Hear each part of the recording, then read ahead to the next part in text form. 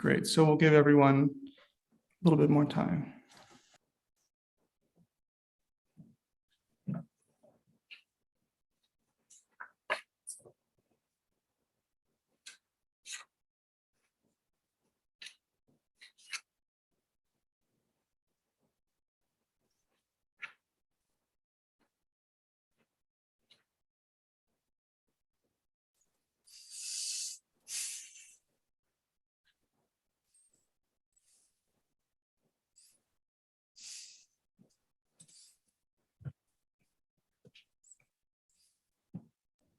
All right, I think we will go ahead and get started. Good afternoon, everyone. My name is Ryan Gabsky, and I'm the Speakers Director of the William F. Buckley Jr. Program at Yale. I'm excited to welcome all of you to our book talk on Why We Are Restless, on the Modern Quest for Contentment. Before that, I'd like to say a few words about the Buckley Program. The William F. Buckley Jr. Program is an organization dedicated to promoting intellectual diversity and open political discussion at Yale. We've hosted lectures, dinner seminars, firing line debates, and an annual conference every year since 2010. Our over 300 Buckley Fellows have a wide range of political beliefs, but they all stand united against the formation of a liberal-only echo chamber on campus. By providing Yale students with a forum to engage meaningfully with serious conservative thought, the Buckley Program has become an institution on Yale's campus and a symbol for a more open and more representative political atmosphere. Especially at a university whose mission is the cultivation and creation of new knowledge, Buckley Fellows believe that all perspectives must be heard and examined in good faith. You can learn more about the program and how to become a fellow on our website at buckleyprogram.com. Now, it's my great pleasure to introduce our guests for today's event. Benjamin Story is the Jane Gage Hipp Professor of Politics and International Affairs and Director of the Tocqueville Program at Furman University. Jenna Silver-Story is Assistant Professor of Politics and International Affairs and Executive Director of the Tocqueville Program at Furman. For the 2021-2022 academic year, the Stories are both visiting fellows in social, cultural, and constitutional studies at the American Enterprise Institute, and they live in Greenville, South Carolina, with their 3 children. We'll first hear from the Stories about their book, Why We're Restless, on the Modern Quest for Contentment, and then I'll move on to questions from myself and the audience. For those following along on Zoom, you can submit questions at any point during today's event using the Q&A feature located on the bottom of your Zoom window. With that, please join me in welcoming Professor Story and Professor Silver-Story virtually to Yale and to the Buckley Program.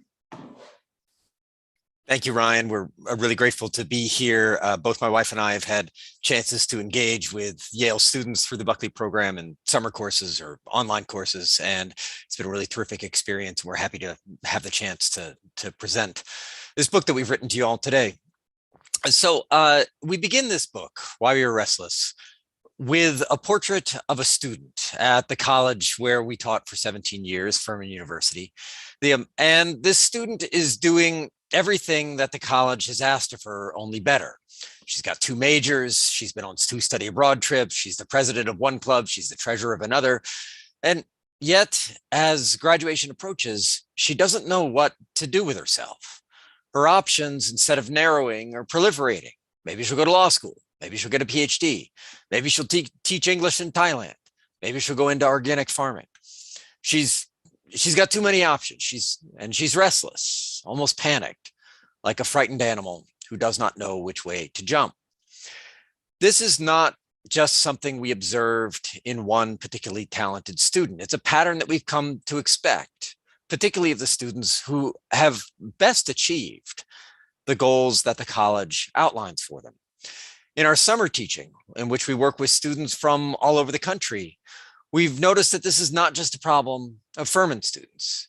It afflicts everyone at small colleges and great universities alike, and it only seems to get more acute as one ascends the ladder of prestige. Reading and reflection showed us that this isn't just a college problem, though it is perhaps particularly acute in the college years. It's everywhere in America, including in the struggles of middle-class parents like us, trying to balance out the demands of career and the demands of family. Tocqueville saw it, interestingly enough, Alexis de Tocqueville saw this problem already in the 1830s. When he made his famous visit to the United States, he looked around and he saw what he described as the freest and most prosperous people that the world had ever seen. There had never been anything before like the vast and affluent American middle class. And yet as he observes these people, he says, look, their opportunities are amazing. Their comforts are extraordinary, and yet they're restless in the midst of their prosperity. So although Tocqueville thought this phenomenon was particularly visible in America, it was kind of writ large in this enormous middle-class country, he was able to observe it in part because he was steeped in a long French tradition of thinking about the problem of restlessness. And in particular of thinking about how that problem afflicts modern human beings in a distinctive way. And that French tradition is called the French tradition of the Moralist, a word that can best be translated as observers of men. That is, a moralist is not a moralist, somebody who thumps on the table and tells you how you should live. A moralist is somebody who is an acute student of the hidden workings of the human soul. It's a long French literary tradition of these kinds of writers that Tocqueville belongs to, and being part of that tradition helps him see this problem because the moralists were particularly attentive to it. So restlessness is in some ways a human problem, a kind of problem that you can find in any time, in any place. I'm sure many of you are familiar with the famous prayer of St. Augustine that begins the Confessions, in which he culminates by saying to God, our hearts are restless until they rest in you. But what we're going to be thinking about today is a particularly modern form of restlessness. And we're going to argue that this distinctively modern form of restlessness is the unintended consequence of a solution that all of us are kind of living out to the psychopolitical problems of a different age. So the story of restlessness that we tell in this book begins with the religious wars of the 16th century, as so many elements of modern history begin. And we focus on a particular figure of that era, a philosopher named Michel de Montaigne, who's the French inventor of the literary form known as the essay. That is, before Montaigne, nobody wrote essays. The essayer is a French verb. He takes the substantive of it, essay, and uses that to refer to these little essays, these little almost like journal entries that he wrote. And he was the first person to do that, to make the word essay refer to a genre of writing. Although Montaigne is not very well known to contemporary Americans, his essays were among the most widely read books in Europe in the crucial and formative period of the 17th and 18th century. They were, in fact, perhaps the most widely read book in Europe during that period. And so if you think of any great modern writer that you admire, whether it's Shakespeare, or Francis Bacon, or Virginia Woolf, or René Descartes, or Jean-Jacques Rousseau, or Friedrich Nietzsche, all these people steep themselves in the essays of Montaigne, and Montaigne thus is an abiding presence in the modern mind. So Montaigne's autobiographical essays matter. What they do that's important is present us with a new way of thinking about what human beings can know and how they can best make themselves happy. So Montaigne, as I mentioned a moment ago, endured 30 years of religious war. And he had friends and family on all the sides of France's complex and nasty three-way conflicts. The war touched him directly. A war party once invaded the courtyard of his chateau. On another occasion, he was taken hostage and nearly executed while he was out riding along the highway. And through it all, Montaigne keeps his signature cool. And keeping his cool is Montaigne's central virtue. He calls it nonchalance and describes it in a famous sentence that captures his attitude toward death. He says, I want death to find me planting my cabbages, but nonchalant about it, and still more about my unfinished garden. It's a great sentence. I'll read it again. I want death to find me planting my cabbages, but nonchalant about it, and still more about my unfinished garden. So such nonchalance looked like a very plausible answer to the problems of Montaigne's time. Montaigne lived in an era when people were, in a non-figurative sense, burning each other alive because of their overheated arguments about the transcendent, about God and the good. Montaigne argues, and this is his argument about what we can know, he argues that we can't really know God or the good. He notes that the philosophers over the centuries have come up with some 288 rival conceptions of the summum bonum, or the highest good, and that they've achieved absolutely no consensus about this most central of human moral questions. He further argues that many of those who make the most fervent arguments about the nature of the good or of human happiness live fairly ridiculous lives.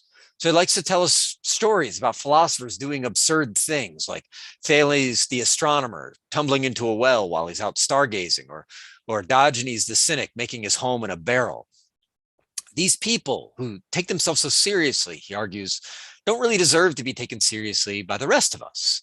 And Montaigne's skepticism about the wisdom of the philosophers is meant to apply at least as forcefully to theologians.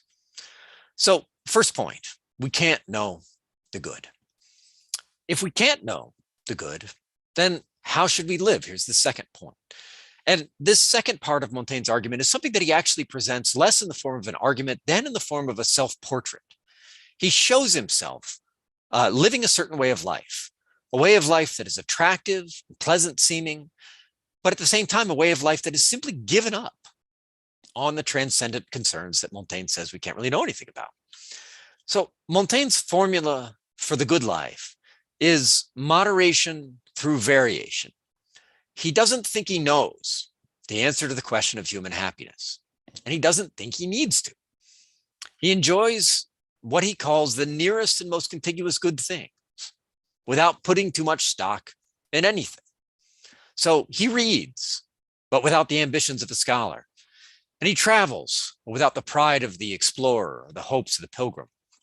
He has love affairs and eventually a family, but he doesn't put too much stock in either one. And so you could understand him here as the alternative to somebody like Dante, who like looks into the face of his Beatrice and beholds the divine. Montaigne says, no. Beautiful girl is just a beautiful girl. It doesn't need to be anything more than that. So he doesn't take anything too seriously. So in all of this, because he doesn't take anything too seriously, Montaigne tries all kinds of things. He tries, that is, to dabble his way to happiness, which is, we think, the most natural consequence of skepticism about our ability to answer the question of the highest good. So the logic here works as follows. If I can't know what the highest good is, it makes sense just to sample a little bit from all the goods that modern life makes available in unprecedented abundance to an enormous number of people, from career pursuits to pleasures of the palate, all while taking none of them too seriously. Montaigne thus offers us a powerful formula for the modern pursuit of happiness. You're muted, Jenna. Thanks. So I want us to think about that Montaignian formula and the way we put it, moderation through variation. And to think about how we can see that formula exerting a certain influence over all modern people. We think it does because we think there's a kind of essential historical experience we have embedded in our psyches, the desire to flee from the religious war of the early modern period. We don't want to go back to that, and so we feel obliged to avoid the question of the good and the common good and to live in a way that reflects that aversion. Now, when human beings begin living in this way on a mass scale, it actually turns out to look differently and have different consequences than it does for the Montaignian life. It's not clear that Montaigne ever imagined his way of life becoming operative for an entire people. But when it does, we have something we argue like we see in contemporary America. And we were led to see this by reading, as I think my husband indicated at the beginning, the work of Alexis de Tocqueville, Democracy in America. The consequences of the Montaignian way of life when it gets enlarged to inform an entire people struck Tocqueville's eye when he first made his famous visit to America in the 1830s. I think probably most of you know Tocqueville was a French aristocrat who made himself into the first great sociologist of modern democracy. His goal was to become a friend to democracy who could help it know itself better. And he did that in part by spelling out some of the more troubling tendencies of the modern mind. which Tocqueville thought arose from a kind of Montaignian disposition toward what we can know and what we should do to be happy or content. So when Tocqueville came to America, he saw thousands of human beings enjoying unprecedented equality, prosperity, and liberty. But he also noticed, puzzlingly, that they were restless, uneasy, and anxious. Why are the freest, most prosperous, most enlightened people the world has ever seen, he asked, also so restless? And the answer he basically gave to that was that we are living out the consequences of Montaignian skepticism, decoupled from Montaignian nonchalance. So Tocqueville thinks that Americans tend to be skeptics, not necessarily because they've read Montaigne, but because of the consequences of what he calls the equality of conditions. Americans tend to believe that underneath all the variety of human characteristics and the difference in human abilities, we're really fundamentally equal. Therefore, Americans tend to regard inherited privilege as a problem and try to structure their social world so as to reduce it insofar as possible. This fundamental belief in equality and our efforts to make it a reality in social life lead us to embrace skepticism by the following logic. If we're all essentially equal, how can any one of us claim to have thought through the question of how to live better than anyone else? Americans tend to be deeply skeptical in a Montaignian kind of way about the very capacity of anyone's mind to understand anything definitively useful about the question of how we should live. So our attachment to equality and the skepticism that follows from it tend, Tocqueville points out, in the American context, to breed or foster several passions that make living out such skepticism an uneasy affair for us. And that's the passion for status and the passion for material goods. So first, the passion for status. The whole point of the equality of conditions is that we have no fixed station in life, right? This is exciting to us. We have lots of opportunities to advance ourselves and to advance our status. That's fun, but it comes with a downside, right? Because the possibility of rising is necessarily connected to the possibility of falling. And moreover, in a world in which we're equalizing opportunities, there are increasing numbers of people who are trying to climb the ladder, which means that we're not only scrambling to get ahead, we start to get legitimately worried that sitting still is essentially equivalent to falling. So, moreover, as our skepticism causes us to distrust our own ability to discover any firm rational ground upon which we might rest a way of life, we are tending all the more strongly to look to those around us for clues about how we should live. We're constantly taking our measure by the upwardly mobile people that we see around us, and that's an anxiety-producing affair. The second passion that tends to fill the American soul is the passion for material goods. In a world in which our existential choices feel ungrounded and our status is ever more insecure, property, stuff, offers a kind of immediate, tangible comfort, right? You can get your mind off the questions you can't answer, papers you can't write, the projects you can't complete, if you just buy yourself a flavored latte or start looking up deals that will take you on your next vacation. We all do this, right? But those things won't finally satisfy us, right? As material goods, they're by definition fleeting, they're short term. We know that somewhere deep inside, right? And we kind of betray that knowledge by the fact that as soon as we get to that thing that we enjoy, as soon as we get to that travel destination, the clock starts ticking, we're aware of that, and we become anxious to fit in all the things we want to experience before the vacation is over, right? So this makes us behave in strange ways, Tocqueville points out. He says we cling to the goods of this world as if we were assured of not dying, right? As if they were going to be something we could enjoy eternally. And yet we're constantly distracted by the lure of the next thing. We know this one's going to pass and we're going to have to find something else. We stress about fitting it all in before we get old and boring. And it's precisely this kind of American restlessness, which Tocqueville diagnosed, and which we see agitating the lives of the best students on our best college campuses. For all our colleges talk about diversity, they tend to encourage students to live very homogeneous lives. We're everywhere counseling students to dabble their way to happiness. And yet this way of pursuing happiness often leaves people miserably overextended. As we were sitting talking to some students who were trying to figure out what to do with their senior year. They started thinking they're like waiters at a fancy restaurant, trying to balance out their already overfull tray by adding yet another treat to their assortment of goodies. It's going to come crashing to the ground, and it often does. So we started to think about how liberal education could be reformulated, rethought, to do better for American students, to stop leading them down this path to restless anxiety and confusion. At the conclusion of our book, we've argued that liberal education ought to be thought of as an education in the art of choosing. There are two parts to this education. The first is learning to rank the goods of human life. Because those goods are, in fact, when you start to really look at them clearly, not infinite, nor are they infinitely various, nor are they unintelligible. The pre-Montaignian philosophic tradition can, in fact, help us map them out and think them through, and start to chart a rational conception of what might make us happy. You can find a really good example of this kind of thinking in Thomas Aquinas's treatise on happiness, which offers us an orderly presentation of all the goods that basically attract human beings: wealth, honor, glory, power, health, pleasure, knowledge, God, and walks us through just what we can reasonably expect from each of those goods in incisive 2-page chunks. I think the whole treatise on happiness is maybe 10 or 20 pages. It's amazing how much you can get from thinking through things in that way. So attention to that kind of thinking can help us learn to rank the goods, put one thing above the other, rather than continuing to attempt to balance everything out.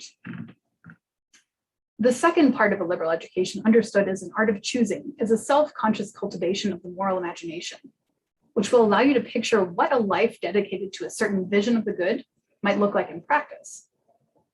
In college, you should take the time to both watch and read about serious people who have lived substantive lives dedicated to different understandings of what brings happiness.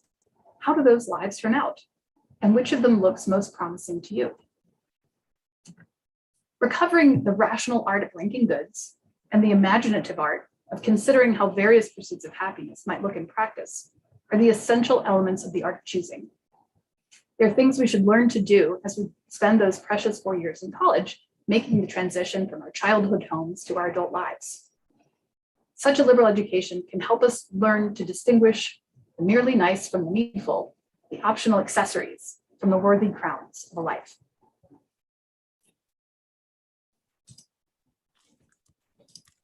Thank you both. So just before we get into questions, I just wanted to remind everyone that at any point you can submit questions using the Q&A feature at the bottom of your Zoom window. Okay, fantastic. So I just want to start then. Professor Story, you've written about how Tocqueville worried about the intellectual, moral, and spiritual effects of factory work, right? And in particular, he saw how commercial and industrial work compromised the spirit of the Sabbath. And so I know you two observe the Sabbath, and I was wondering if you could speak a bit about that and what role it plays, right, in helping you combat restlessness, right, like taking this day of rest every week.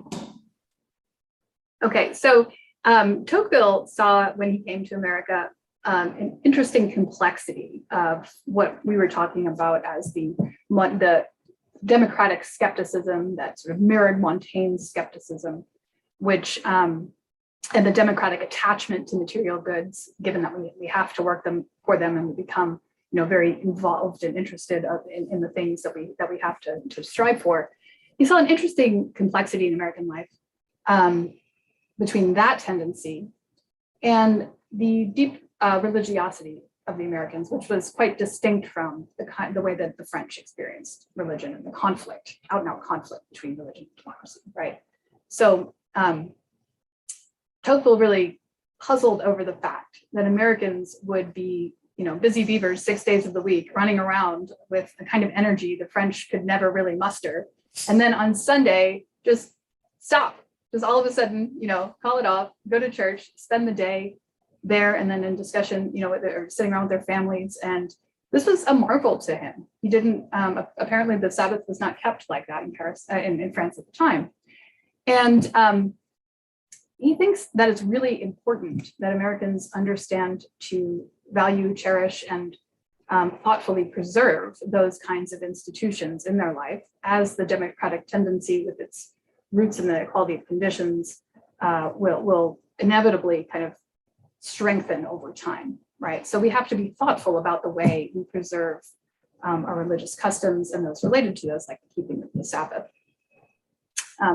It's really important for Tocqueville that one, for example, keeps the Sabbath because it takes us out of the rush of life, right? And gives us all of a sudden a kind of, bird's eye perspective on what we're doing. It causes us to look at not only what we can do, but what has been done for us, right? By nature, by God, by others, our parents, people around us. And he thinks that's very important to kind of get out of the rat race and look at it from that perspective. Just add oh, yes. Just to add a quick point to this about relevant to Ryan's initial question, Tocqueville is mostly known, I think, in the canon of political thought for his original conceptualization of what he calls soft despotism. That he's the first guy who, as far as we know, wrote up what we've now come to call the nanny state, and the way in which increases in government responsibility tend to decrease the personal capacities of the people over whom government rules. But there's another part of that story that I think is much less frequently told with respect to Tocqueville, which is that he sees the same thing going on in the industrial world. That is, Tocqueville observed the phenomenon of industrialization. He happened to observe this in England. He saw it in Manchester, but he could have observed it in the United States if he'd happened to visit the right places, which he didn't happen to do when he was here. And he worried that sort of harmony of complicated harmony, alternation of American life that my wife was describing a moment ago, where people are working very hard on the basis of their own initiative for 6 days a week, but then they have a moment of rest and reflection in which they can gather themselves and look up to something higher and prepare themselves to deal with the rush and tumble of their lives. He thought that might be destroyed by the advance of the industrial economy, which sent people, men, women, children, to work 12 hours a day, and left them with no energy, no resources to do much in the way of creative self-restoration on Sunday. That is, he thought, he found it totally unsurprising that what such people did with their Sundays was stay in bed or go to the pub.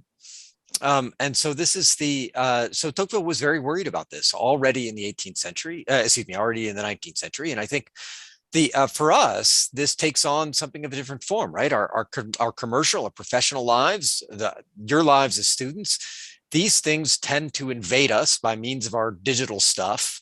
And they tend to invade all of our time. It's very hard to cut off any corner of your existence from these kinds of pursuits. And Tocqueville thinks that's an enormous problem for people who hope to live a life on the basis of reflection and choice.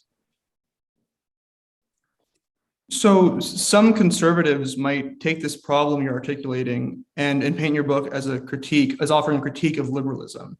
Do you consider yourselves to be offering such a critique?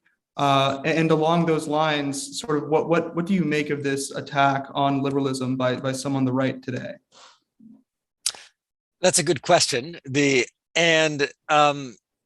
think what we're trying to do in this book is offer something that is at once appreciative of the real goods that liberalism generated, and also aware of the real problems that it has created. We think both those things are real. And so I think there are some people who simply want to focus on the problems that liberalism has created. And they simply want to describe a world of atomized individuals who are no longer capable of governing themselves, and suggest that this system of political order is out of date and needs to be somehow replaced. And while I think there are some things that we're sympathetic with in those kinds of arguments, they tend to overlook the fact that everybody on this Zoom call is a really lucky person.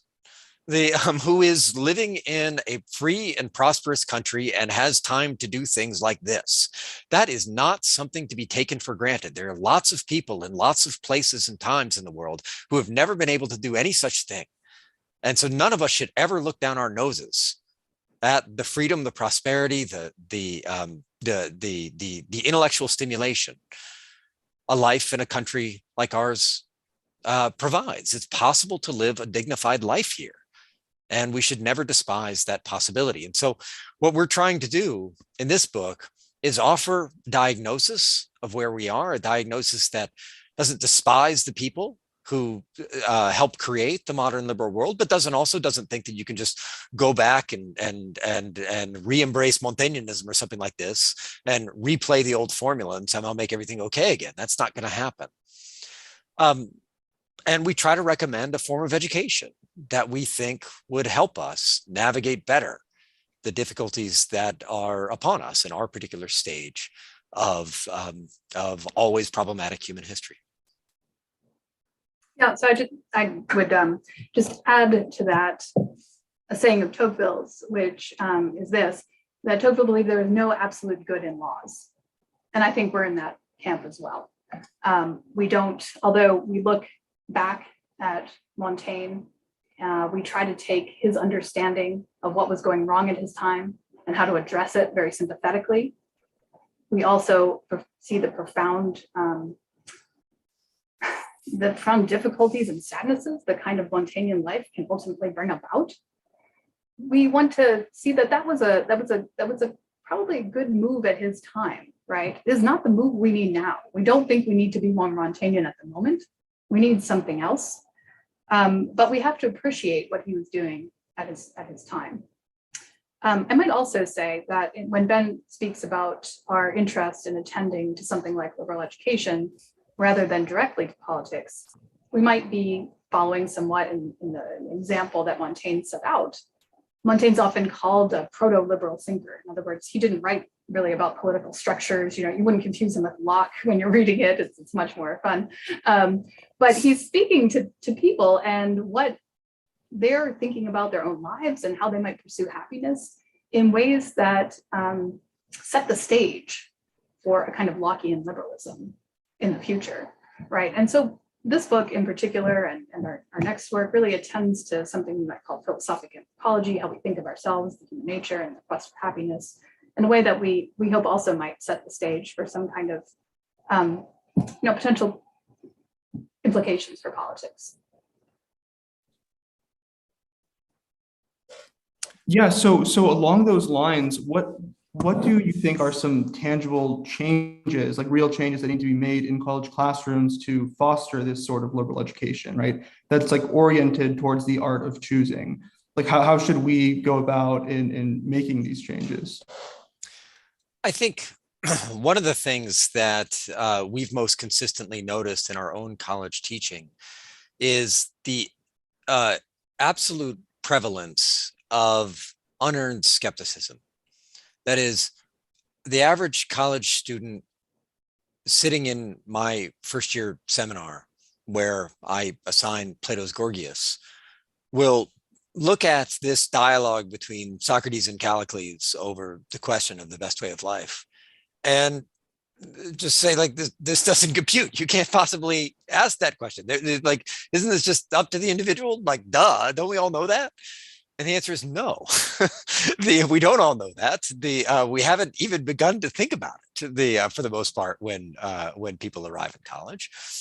And we need to believe that we have the right and the capacity for making progress on the question of how we should live as part of our collegiate educations.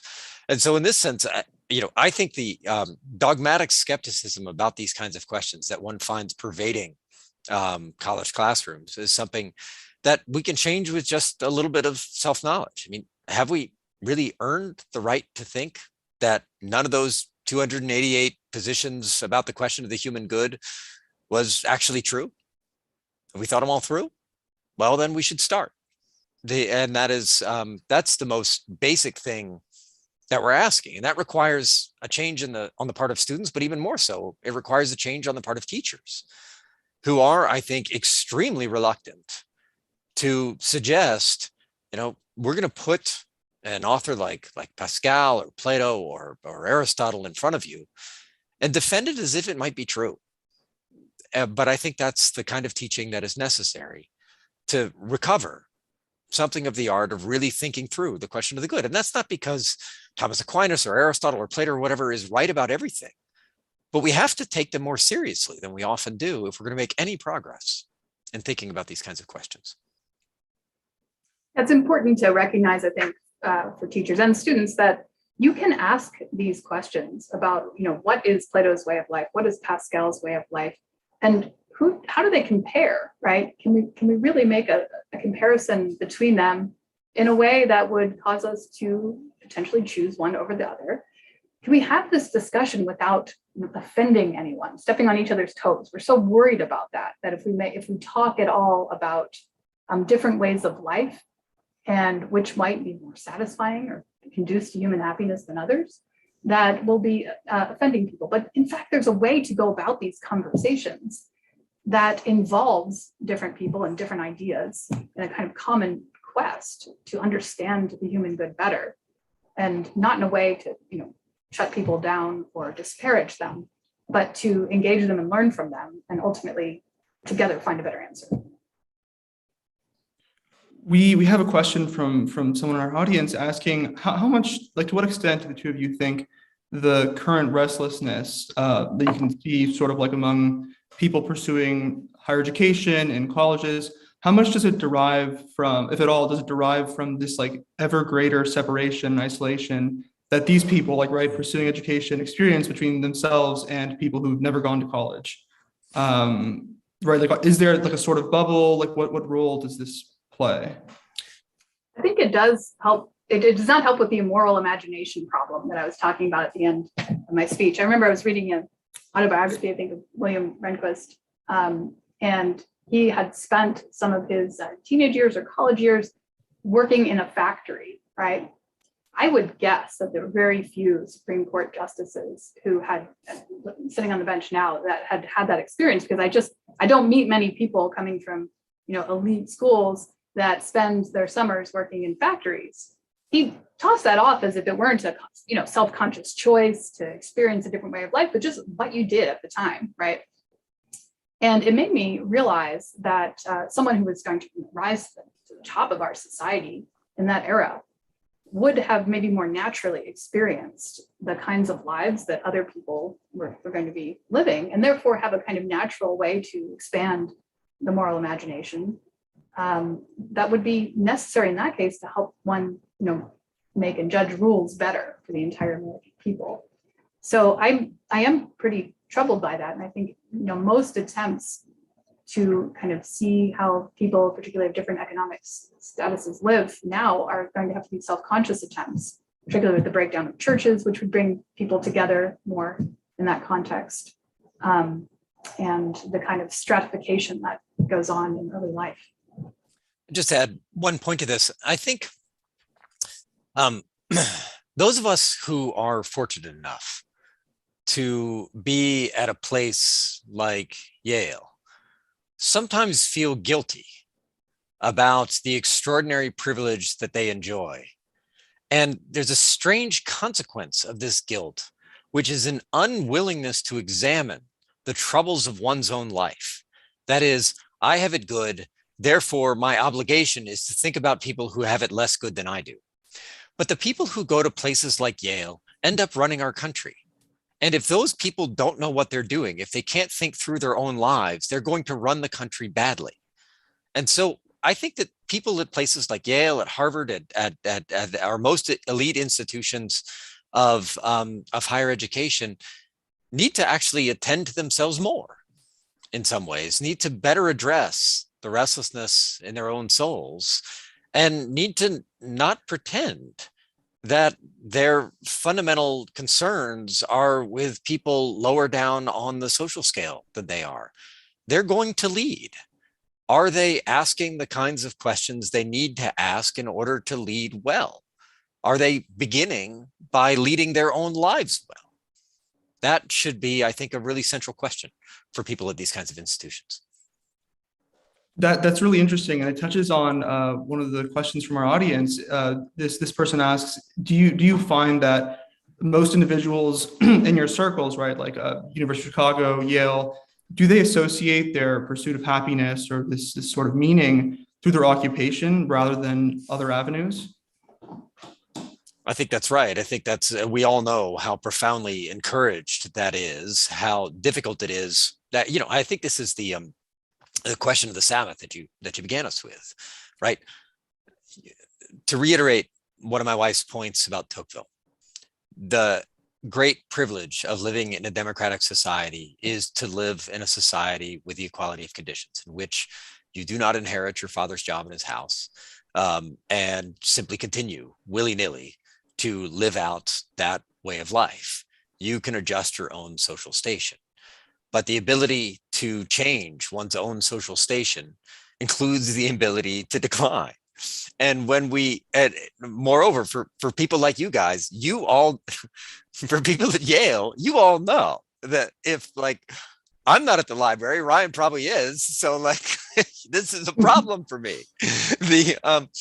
So the urge to concentrate 24 hours a day, 7 days a week on these kinds of pursuits is absolutely overwhelming. And one just has to learn to resist. And I think, for us, we didn't used to observe the Sabbath, and we started to do so. And it was an extraordinary and great change in our lives. And that was, at first, this looked like impossible. Like, wait a minute, I'm on the tenure track. I can't step back for an entire seventh of the week. Well, it turns out that you can, and that you actually reap a lot of rewards from so doing. I'll just add one thing to that question, a good question asked by someone in the audience, which is, of course, when we say, what do you want to be? When we ask kids, what do you want to be when you grow up? We're usually asking, what occupation do you want to have, right? Maybe a doctor, a lawyer, whatever. When we talk about that in my classes, or if I talk about that with my advisees, I encourage them, they'll answer with something like that. I want to go to grad school to become a political scientist or whatever. And okay, well, what else? This one part of your life, your work life. But do you want to be a mother? Do you want to be a father? What about a friend? How important is friendship to you? Do you have obligations to parents or siblings? And beyond that, actually, even more fruitfully, I've come to see that asking young people to think about what they want to be in terms of the virtues they want to have, they think that are most important for them to cultivate, is probably the most fruitful way to think about all the decisions they need to make, right? So I've had great conversations with students on that question. They say, actually, what I want more than all is to learn to be responsible. Maybe they've realized that they might have some trouble with this, but this is their ideal because they know someone who's responsible and they want to be responsible. And then we can look at, summer opportunities, internships, jobs. We can look at all the other traditional decisions that you're making as a young person and say, how will that shape you? How will that form your character? Will that make you more responsible or less responsible? Well, let's make a choice based on that goal, right? That understanding of who you want to be, the kind of person you want to be as you grow up. So we're getting a lot of really great questions. I'm going to try to tie some of them together. You've spoken of restlessness as this sort of permanent human experience, right? You brought up Augustine, but like, what role do you think technology and social media have played in like spurring on the restlessness that we've seen, at least in the 21st century? And maybe how have things changed since the time the two of you were students at the University of Chicago? Have you like noticed this maybe among yourselves, among your students? Yeah, I mean, go ahead, Jenna. It's not good. I mean, obviously, we see this in ourselves all the time here, making vows to find places to put the phone where we can't get to it. Not that we are not people that are particularly interested in technology. In fact, quite the reverse. But maybe for that reason, we're especially surprised and alarmed to the degree to which it has infiltrated our lives, often through things that are necessary or seem necessary, like keeping in touch with the parents of our kids' friends, right? And maybe have their kids at their house or something like this, right? So they're just practical necessities that cause you to look at the phone too many times a day. But I think one thing we've realized that, we've realized in part through writing the book we wrote, is that just swearing off things like the phone is not going to work. Like recognizing this is bad for me, I need to put it in the drawer.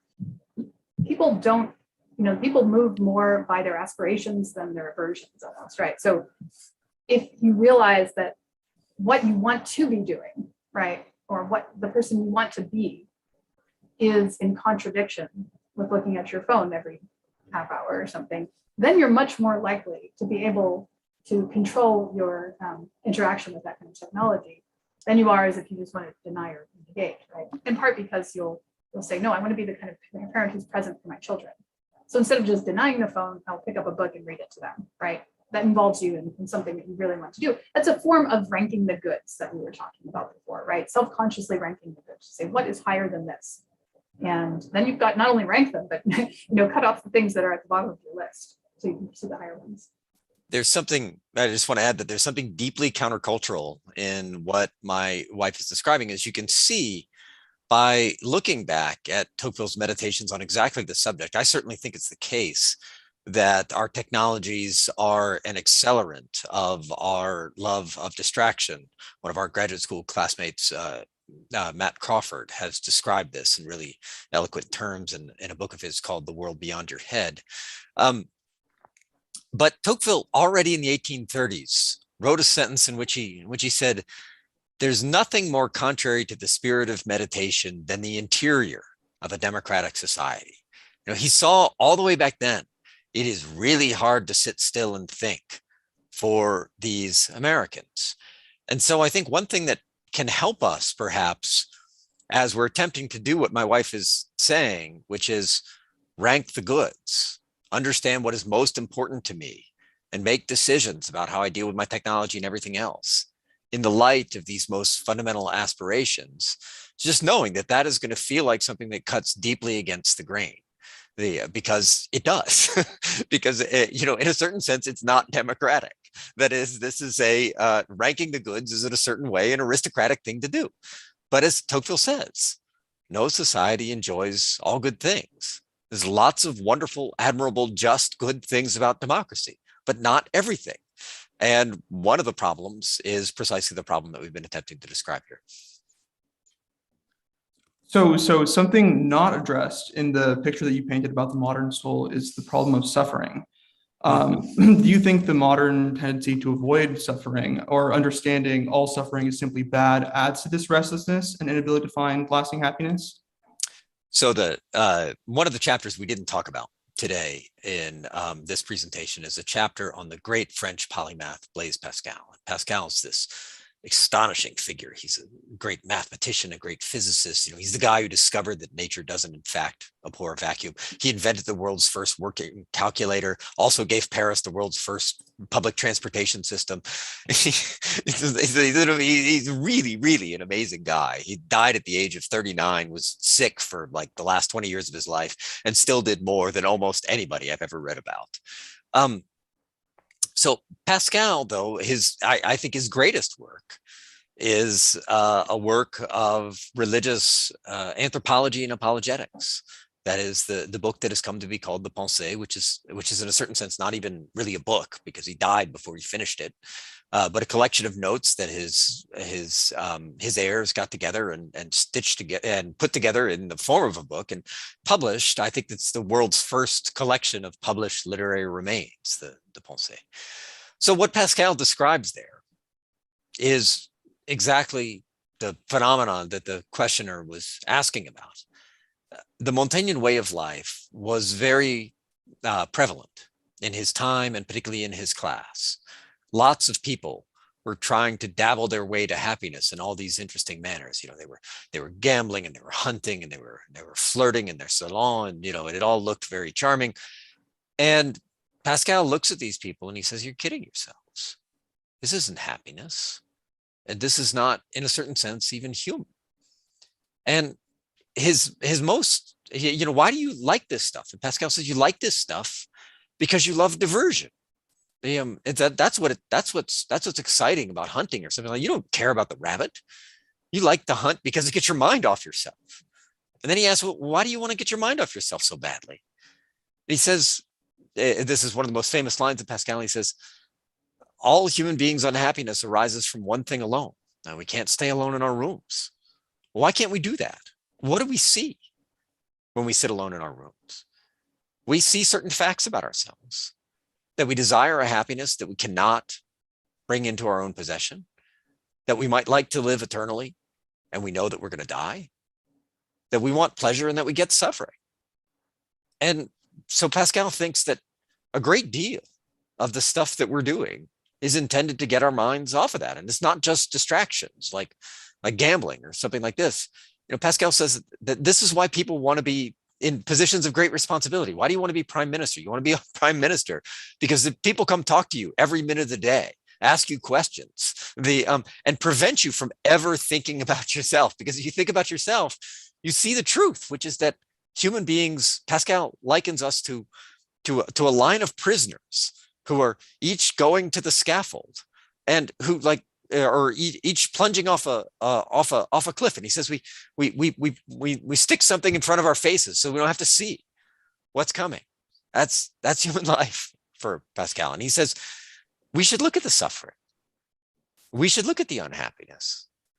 And we should let that force us to realize, as he puts it, that man transcends man.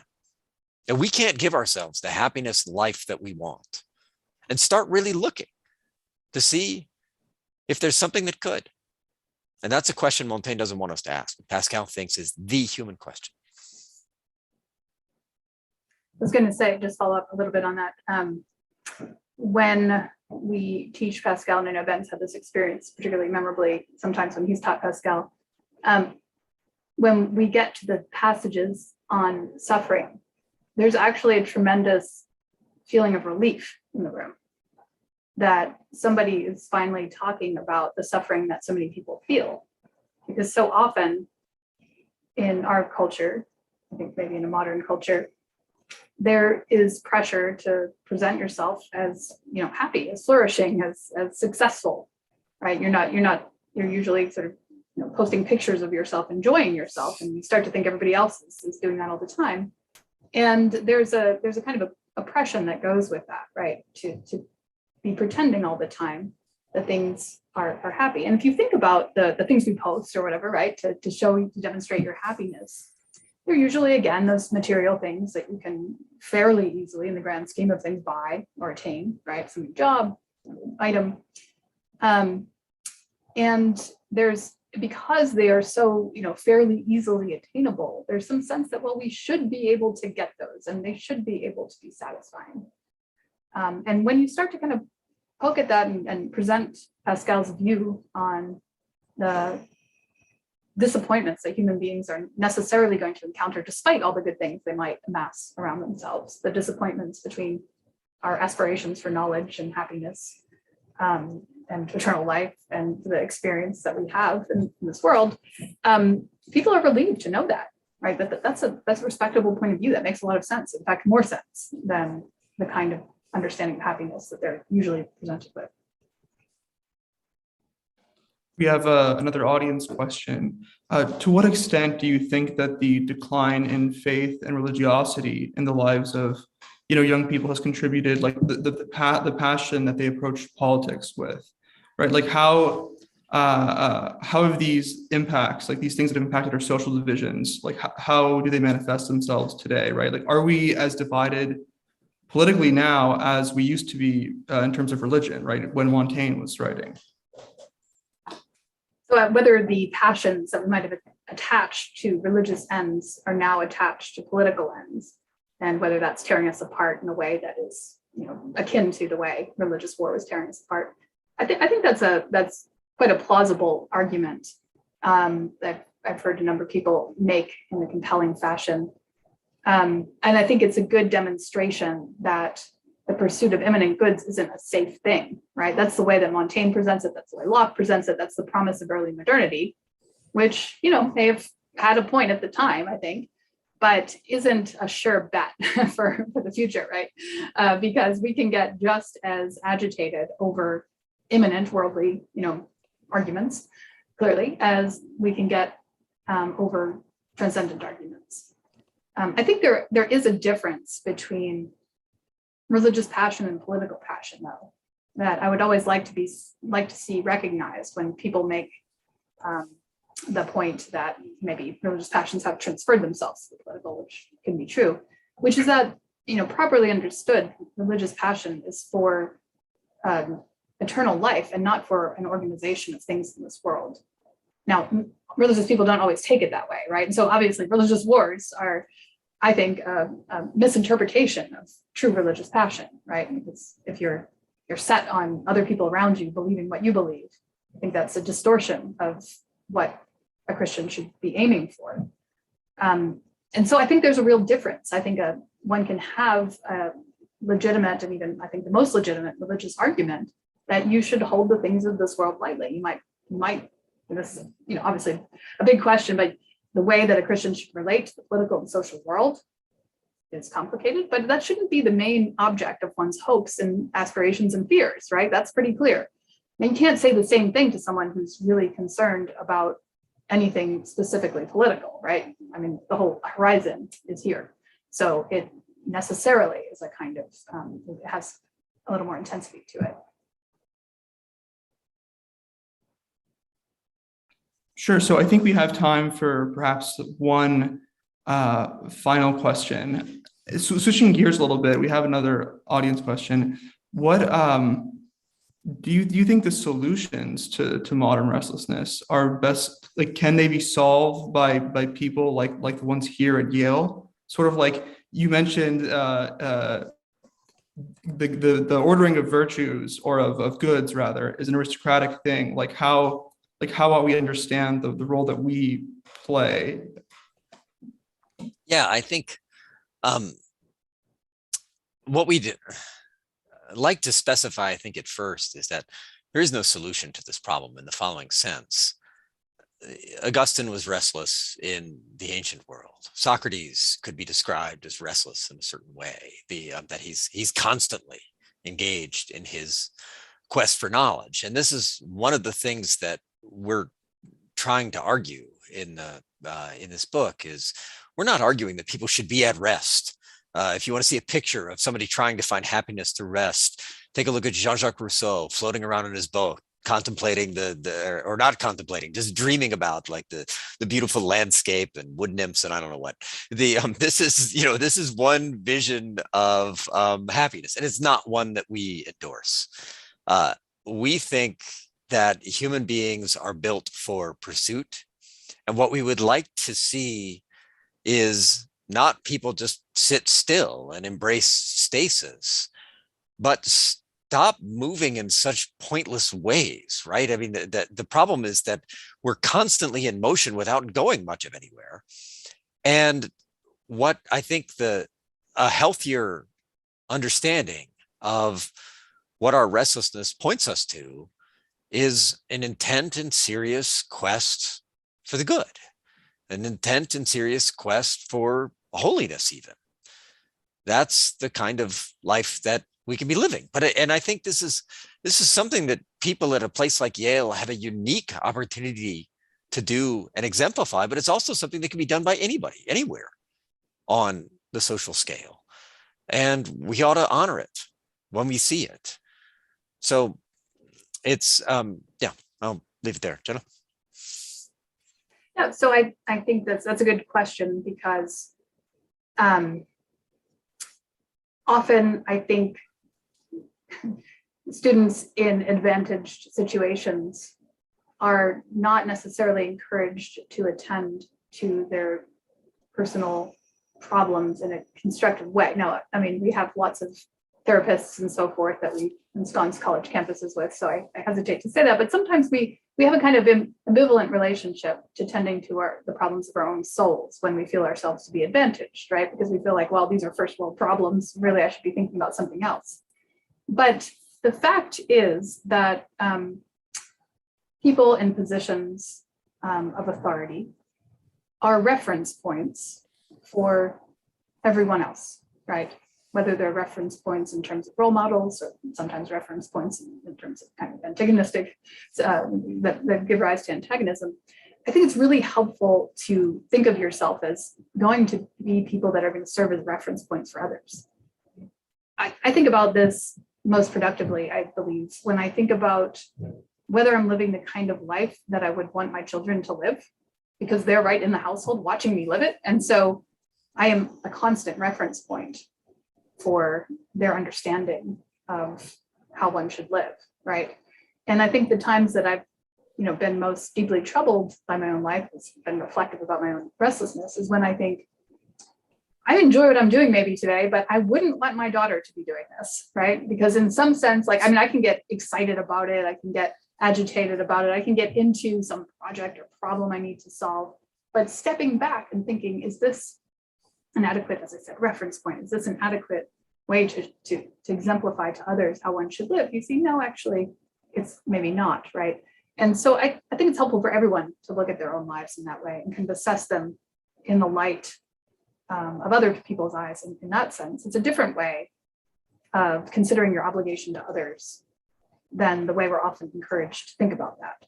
But I think it's a way of serving others while also serving yourself in the best possible way. Great. I'd like to be respectful of your time. So with that, we'll wrap this event up. Thank you both so much for taking the time to speak to the Buckley program, and thank you to our audience members for their questions.